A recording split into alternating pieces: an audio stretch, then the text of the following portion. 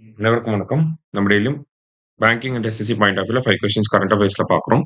இன்னைக்கு என்ன கொஸ்டின்ஸ் இருக்கு அப்படின்னு பார்த்தீங்கன்னா, which decommissioned naval warship will be sunk off Sindhudurg to boost scuba tourism அப்படின்னு சொல்லி கேட்டிருக்காங்க.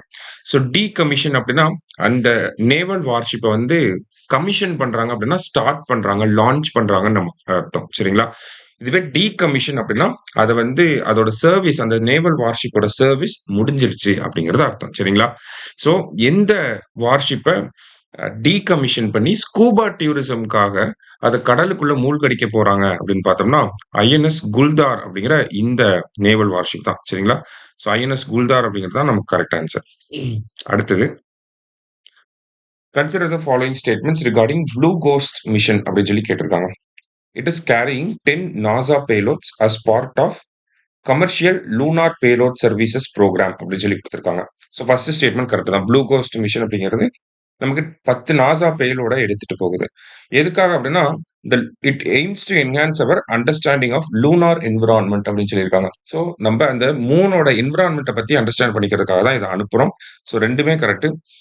போத் கரெக்ட் அப்படிங்கிறது தான் கரெக்ட் ஆன்சர். சரிங்களா? அடுத்தது consider the following statements regarding Aadhaar good governance portal அப்படின்னு சொல்லி கேட்டிருக்காங்க. It is aimed at streamlining the approval process for Aadhaar authentication request அப்படின்னு சொல்லி கொடுத்துருக்காங்க.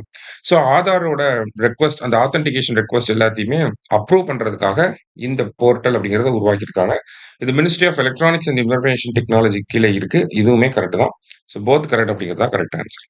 Next who has released the India India country economic memorandum becoming a high income economy in generation report அப்படின்னு சொல்லி கேட்டிருக்காங்க. சரிங்களா? ஸோ இந்த ரிப்போர்ட்டை யார் ரிலீஸ் பண்ணியிருக்காங்க அப்படின்னு பார்த்தோம்னா வேர்ல்ட் பேங்க் தான் ரிலீஸ் பண்ணியிருக்காங்க. ஓகேங்களா?